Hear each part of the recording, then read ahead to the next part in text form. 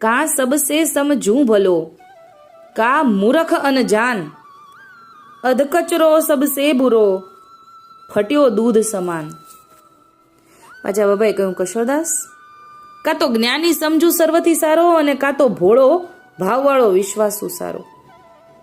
જેને એક વાતનો વિશ્વાસ હોય છે એ સારો, પણ જે અધકચરો છે, જે કાંઈ જાણતો નથી છતાં એમ માને છે કે હું જ બધું જાણું છું, મને બધી જ વાતની ખબર પડે છે, એવું મિથ્યા અભિમાન રાખે, જે કોઈ વાત પ્રસંગને તે સમજતો જ નથી, જેથી તે કોઈ કામનો નથી. જેમ ફાટી ગયેલું દૂધ કંઈ કામમાં ન આવે તેને તો બહાર જ ફેંકી દેવું પડે, તેવી સ્થિતિ અજકતરા માણસની છે. તેની સાથે ફોગટ વાદ વિવાદથી કહેનારાના ભાવની હાનિ થાય. માટે અનુભવીના પ્રસંગ તો અનુભવી જન પાસે જ કરાય. આ તો ભગવદ લીલા રસનો અમૃત સાગર છે, તેનું પાન અધિકારી જીવ જ કરી શકે.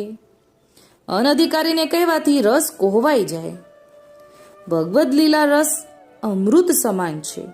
જેમ શેરડીમાંથી બે પદાર્થ ઉત્પન્ન થાય, એક ગોળ અને બીજી મિશ્રી. મિશ્રી દૂધમાં પધરાવાથી એનો અનેરો સ્વાદ આવે અને ગોળ દૂધમાં ન નખાય. નાખીએ તો દૂધનો અમૃત સ્વાદ બગડી જાય અને દૂધને અપવિત્ર કરે. બંને પદાર્થ શેરડીમાંથી નીપજ્યા છે, છતાં ગુણમાં ભેદ છે, એમાં અધિકારમાં પણ ભેદ છે.